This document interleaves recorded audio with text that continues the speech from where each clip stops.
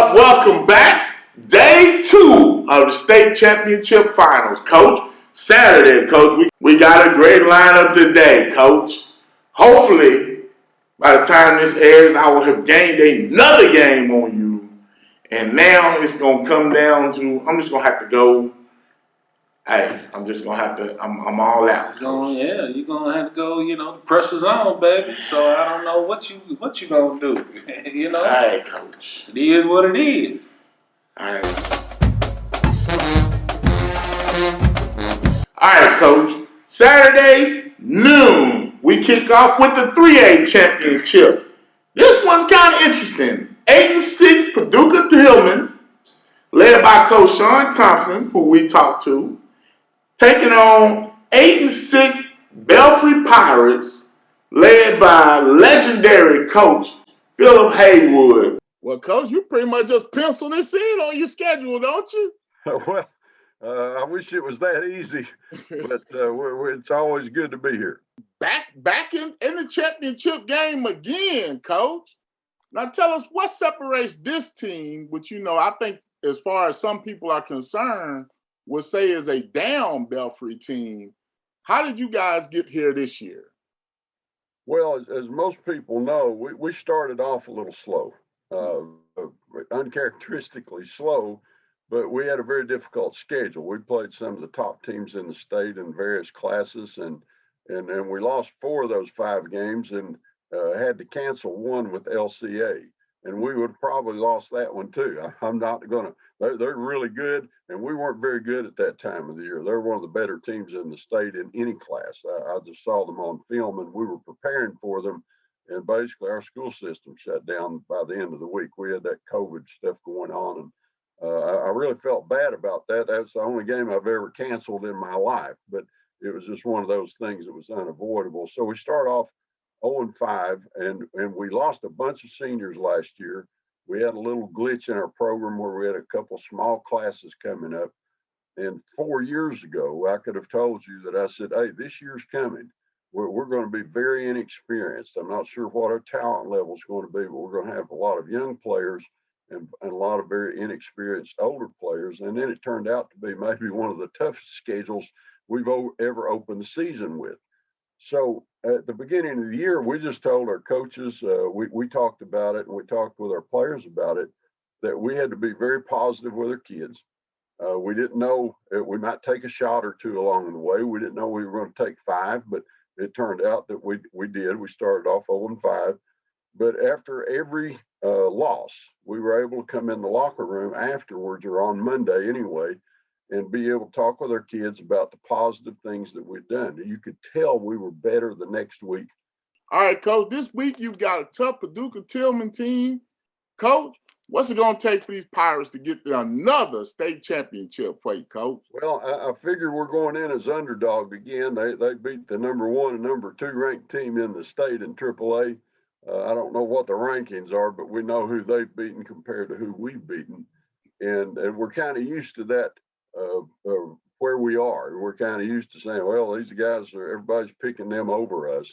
And I think for us to defeat them, we got to do a couple of things, but mainly just keep doing what we're doing. We got to get better. We got to improve our kids, our individual skills, as well as our team from today through Saturday when we play.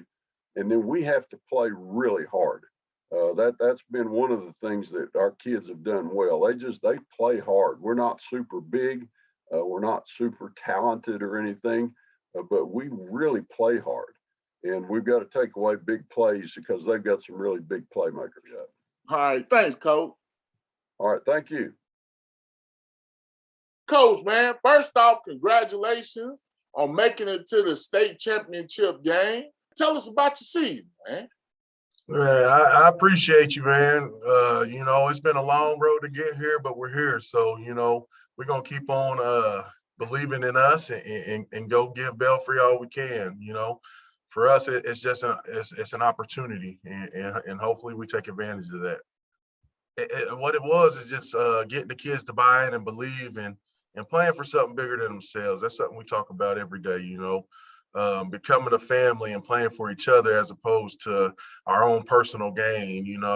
when everybody's out there playing for that college scholarship instead of giving their all to go get a W, things are tough. But once you get those kids who are playing to get that W for each other, and then they benefit from that personally, that changes things. And I think that we're starting to see that page turn here. And I think that's where the success comes from here lately. Man, I think it's most important that we just we're not satisfied with being there. I want the kids to be able to take in every moment.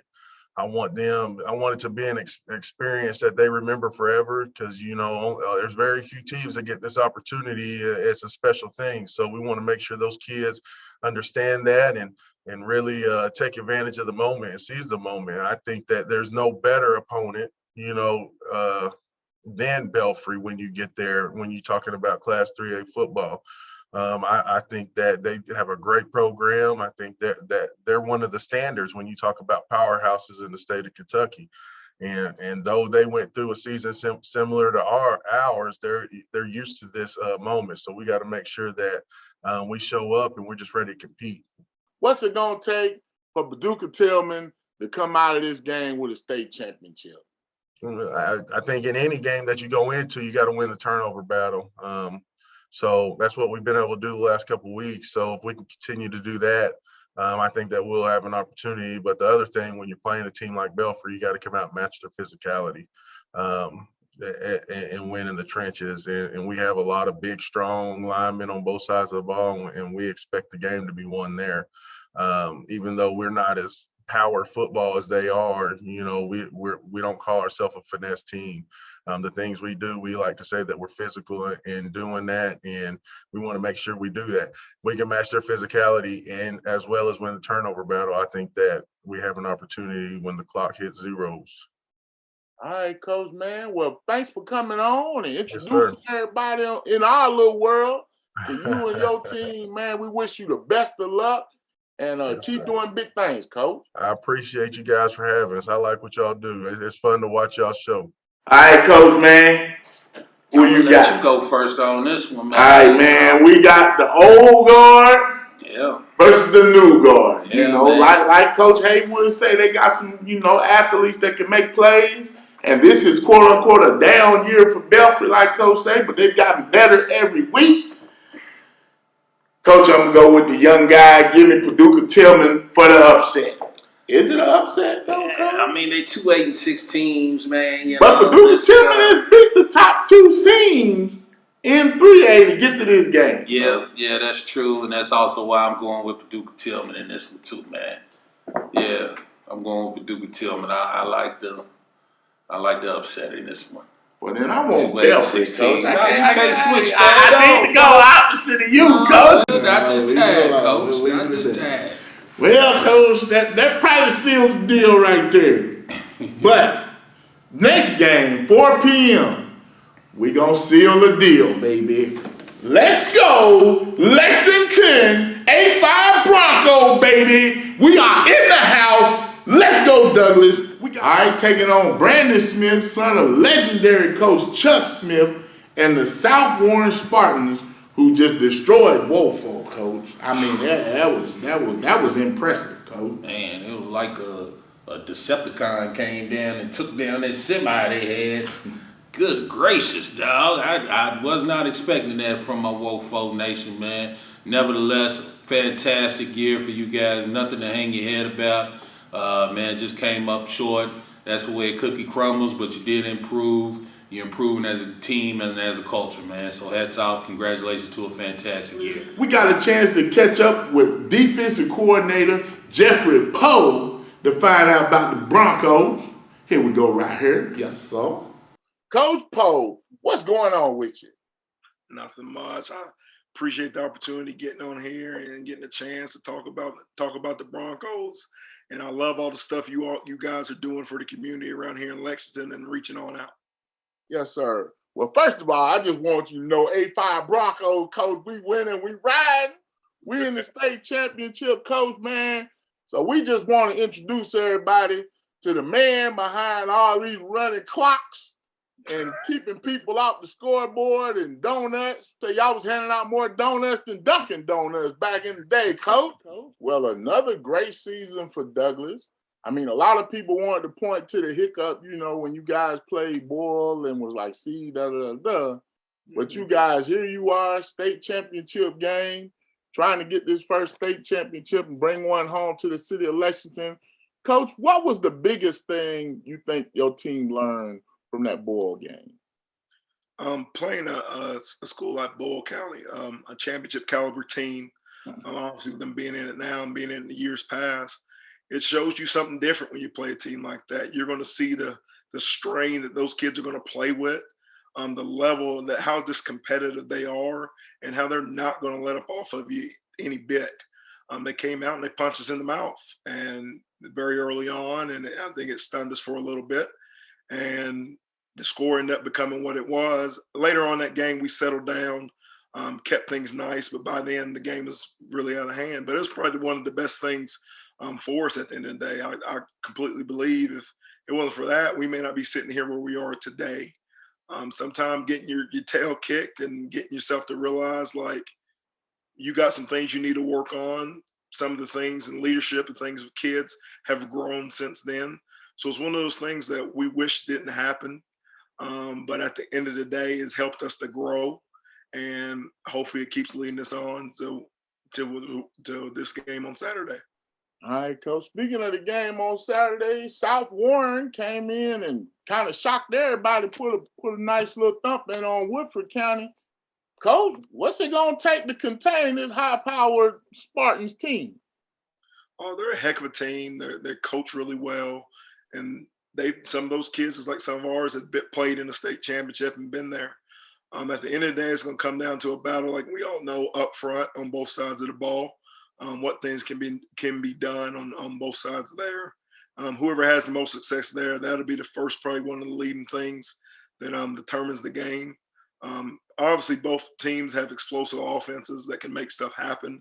It's doing what we can to negate those things to make sure both teams are driving or having to go that long way to make something happen, and understanding that in a game like this, something can happen. A crazy score, a hiccup here. You're playing with a big crowd that's going to be there, the noise around the stadium. It's just putting them in as many scenarios, both teams will end up doing it there this week and there in the practices of trying to get their kids to understand, like, it's going to be different. Mm-hmm. And it's going to be on the big stage, and knowing that something could potentially happen out there because of it. Can you deal with it, and can you bounce back and keep playing the game? All right, Coach, man, it's good talking to you. And like I said, we wish you the best luck Saturday. Put on for the city. We got your back, Coach. No, we thank you for all you do for this community, giving these kids a platform to be seen. I know I watch this all the time on Thursday or Friday morning after we have morning practice or right before school gets started on Friday. I love to see what you all are doing, and let's keep this thing. Coach, man, first off, congratulations on making it to another state championship. How you doing, Coach?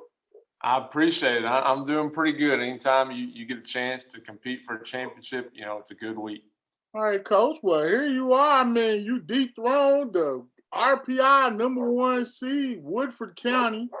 I mean, a lot of people expected a good game, but you guys just pretty much left no doubt in that. Coach, what was the reason or the key for that victory? I was surprised as everyone else. I think I really don't think the score is a good indication of what kind of team Woodford County is. I mean, they had a heck of a team, and they had some really good players. They're really well coached. I've been in that situation where it just kind of snowballs on you, and it kind of snowballed on them. And our players did a really good job of, not letting off and keeping it going, keeping the foot on the pedal. And, it's just one of those games where everything seemed to go right, and this time of year, I'll take it. Any chance I can get it, I'll take it. Yes, sir. Now you'll be taking on the vaunted, heralded Frederick Douglass Broncos program in this state championship game. Coach, how do you feel about that game? I mean, it's going to be difficult. I mean, they've got as much, ability and talent as any team, that I've ever seen. And I think Coach McPeak and really the administration over there has just done an outstanding job of building that program. What they've done in 4 or 5 years is extremely impressive. Just kind of, I was here when this program started, and I know how difficult it is to build a program, and just kind of the things that they've been able to do in such a short amount of time. Just really impressive. And, they're really well coached. They got a ton of confidence. They got a ton of ability. It's going to be really difficult for us. What's it going to take for South Warren to get this win? When you get into these games and you're playing against a great team and you're kind of evenly matched, it always comes down to the same things of turnovers. I know that's kind of a cliche answer, but it has a lot to do with in these games. Turnovers, field position, kicking game, special teams, all those things typically are the difference makers in these type of games. Again, thank you for coming on with us, Coach, and giving us a little time and letting us see inside this South Warren program. Wish you the best of luck at Kroger Field, Coach, and keep doing big things. Appreciate it. Thank you. We talking about 2 teams playing for the state championship. Yes, sir.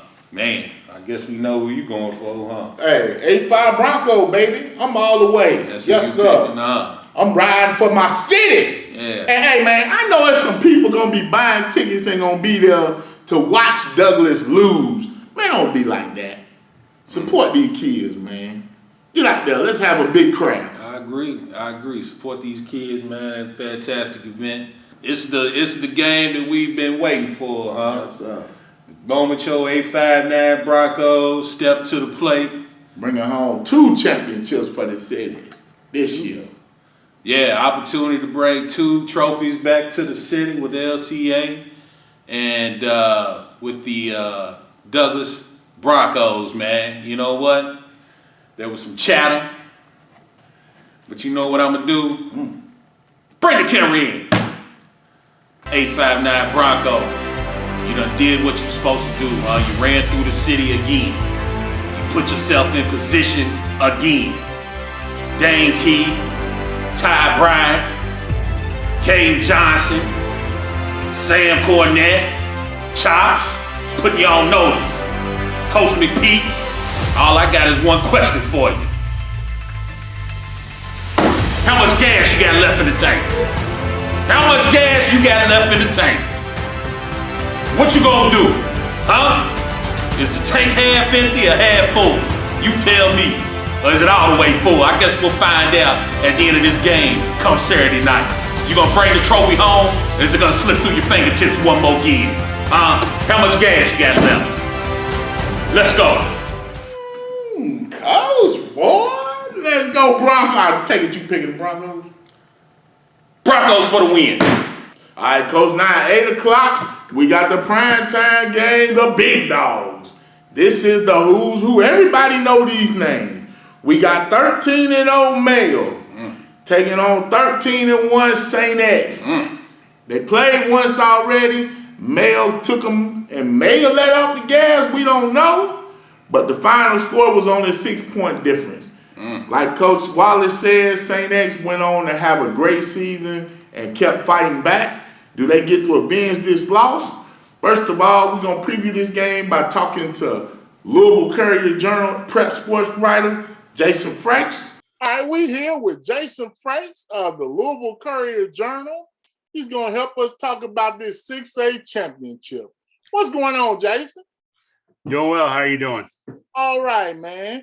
Pretty much it's one of those 3 teams that's going to be in this championship. Yeah. I think the last time neither one of these teams was in it was, 2013? Yeah, 13, Scott County, Meade County. So now we talked to Coach Kevin Wallace and we talked to Coach Wolf before the season started.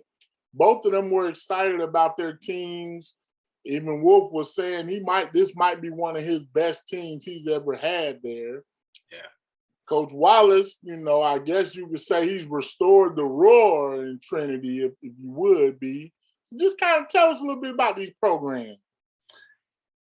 Yeah, I think when you you looked into the season and given what Trinity had lost off their last two teams, the last two state champions in 19 and 20, only one starter back from last year, that Trinity was sort of going to be rebuilding this year, and it sort of opened the door for Mayo and St. X to be the leaders in 6A this year, and I think that's panned out. Mayo and St. X both beat Trinity. Trinity came along toward the end of the season, but I think everyone thought Mayo was the best team in the state coming into the season, and that's really panned out. There are questions about St. X, and they've played really well. They've battled a lot of injuries, especially on their defense. They've gotten pretty healthy now. That Mayo game was their only loss. They lost to Mayo 28-21 back in September. We can talk about that one a little more down the road if you want, but I think if you'd had to make a prediction in August of who was going to be in the 6A final, that these are the two teams that most people would have picked. Now, you talked about that game that they played. Mayo kind of jumped up on them early, and then they kind of battled back. Is that something we could be looking forward to, or is it kind of one of those? I think the second half of that game kind of gives maybe a blueprint for how St. X can maybe win this. Mayo's a heavy favorite. Mayo, that first game, Mayo jumped out 28-7 at halftime, and it looked like it was going to be a blowout. It looked like we might have a running clock in the second half. That's how dominant Mayo was in the first half of that game. And then Mayo didn't score in the second half. St. X defense did a really good job of containing Daniel Sweeney, not letting him run the ball like he had run it in the first half. Kind of made Mayo pass the ball. St. X got within 28-21. And actually had the ball with a minute left and drove down to about the 20-yard line, and then, threw an incomplete pass on fourth down. But, I think if you talk to Kevin Wallace, and I'm sure he talked about stopping Mayo's run, and then on the flip side, St. X has to be able to run the ball as well and control the clock a little bit and get a break or two. So it'd be safe to say that Mayo is considered the favorite in this game. Yeah. And what do you think St. X, like you said, they're gonna have to stop the run to do what to even make this competitive? Yeah, you have to stop Sweeney and make him pass the ball, which may sound a little crazy given how good Nick Shuddy is and how good those receivers are with Vinny Anthony, Max Gainey, Dominic Verbanchik, probably the deepest group of receivers in the state. They're all three really, really good. Obviously, Vinny Anthony's going to Wisconsin. He's in the Mr. Football discussion, I think. But I think you want to try to take away their run and take your chances with their passing game. Now, if Mayo comes out and plays the way they did against Trinity in the first half last week, they scored touchdowns on their first 6 possessions. If that happens, it's ball game. You can't let them get into a rhythm because they're so good. They put so much pressure on the defense. And then when they get in a rhythm and they go with that pace and that no huddle game, it really puts pressure on the defense. And it's fun to watch when they get in that sort of rhythm because that offense is nearly unstoppable. So, I think best case scenario, and this is probably oversimplifying it, but I think best case scenario is St. X wins the toss, takes the ball, tries to go score first, and put some pressure on Mayo because I'm not even sure Mayo has trailed in the game this year. So, you hopefully, maybe get that first score, put some pressure on them, maybe get a turnover and get a 2-score lead, and then you take your chances. But, if that Mayo team goes up 14-0 in the first quarter, I mean, it's going to be awfully hard to make a game out of it. Coach, man, I'm on the Mayo Bulldogs already. But I do want to congratulate Coach Wallace for turning this thing around, getting St. X back into the state championship game and restoring the roar for this Tigers program, once proud program, which some would say had been down for a little while. Yeah, definitely. I agree with you, man. They really was able to right the ship and put themselves in a position to get a championship, man. And at the end of the day, that's all you can ask for out of your program. Kids buy in and have an opportunity to play for the ship. Yeah, unfortunately, I just think Mail's a little too big, too strong, too fast, just too good of a team. Right now, man, it's probably one of the best Mail teams that they've had in a long, long time. And they've had some good ones. Yeah, yeah. So that's saying a lot. Yeah. And I shouldn't say in a long, long time, but one of the best Mail teams that they've had, like you said. Well, he said Coach Wolf said this in our Sunday conversation. This might be one of his best teams. Yeah. So with that being said, man, I just don't see Mail stopping short of the finish line, man. I think they'll carry that trophy out of Crow's Field, back up 64. All right, Coach. Well, that concludes championship weekend. We have 6 wonderful games going on this weekend, Friday and Saturday. As always, Coach. Hey, man. As always, to the general returns, man. Peace.